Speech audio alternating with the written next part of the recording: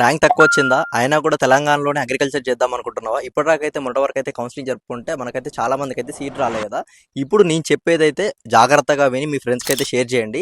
ఏంటంటే మన Telangana government of professor Jayashankar university వాళ్ళైతే ఒక స్పెషల్ కేటగిరీ, దీన్నే స్పెషల్ కేటగిరీ అంటాము, మేనేజ్మెంట్ కోటా అని కూడా అంటాము.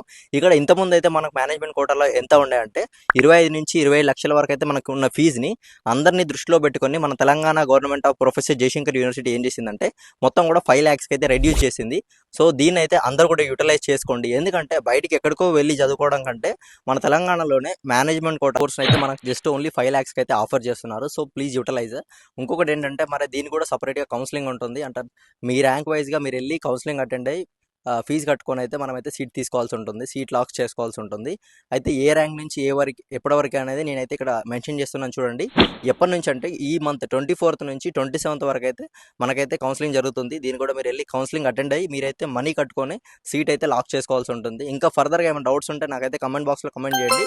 I will make the further video for any doubts. Thank you. By by.